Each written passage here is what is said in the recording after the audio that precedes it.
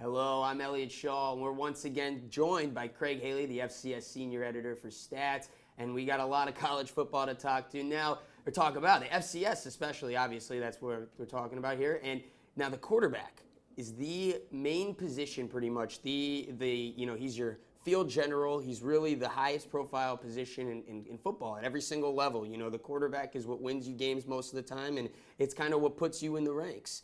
Now, obviously, a lot of attention is on the starters, but not so much on the backups. So, for example, this past week with Oregon playing Eastern Washington, Vernon Adams, former Eastern Washington quarterback, turns into the Oregon starter. And I'll tell you what, even College Game Day had a whole profile on him. But you know what?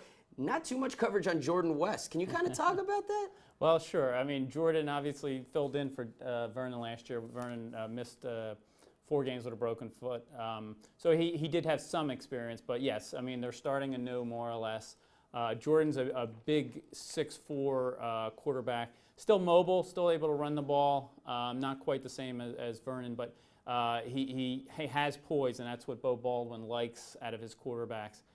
He was tremendous in the first half against Oregon. At the same time, he has Cooper Kupp to throw to. That's an All-American wide receiver that every new quarterback should be able to throw to. But Jordan got hurt. He came out with a little dehydration. Riley Hennessy came in, a freshman quarterback, did well himself. It just shows you that all is not lost when you lose your superstar quarterback like a Vernon Adams. Eastern Washington will be fine this year. Now, what are some other FCS teams that have replaced high-profile quarterbacks? Sure. I mean, and it really starts in the Big Sky, like Eastern Washington as well. But, I know you're impressed with Brady Gustafson at Montana. He's replacing Jordan Johnson, who had a terrific career there. Also, Justin Arias was a co-player of the year last year in the conference. Michael Sanders, a JUCO quarterback, has stepped in and just done great from the start. But you are seeing some top 25 teams with switches. Michael Nabrick was 2-time player of the year in the Patriot League, and Kevin Anderson came in and not only did well in his first game, he beat an FBS opponent for Fordham. They beat Army. Also, Deshae Lander has stepped in for Bryant Bennett, an All-American down at Southeastern Louisiana. There are some veteran quarterbacks back across the FCS, but in these cases, you have new starters at top teams. Absolutely. Now, Craig, here's the big question that maybe even some coaches can't really answer. What goes into the success of some of these quarterbacks? I mean, how are they able to really find their groove and figure things out in games? Well, they're not recruiting us, I guess. That's why.